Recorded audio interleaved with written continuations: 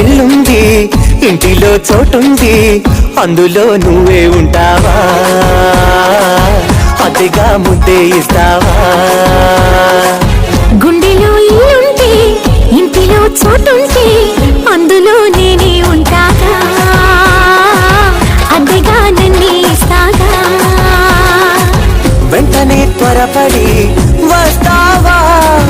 కొంచెగా తలుపులే తీస్తావా? నూరేళ్ళు నేను రాస్తావా?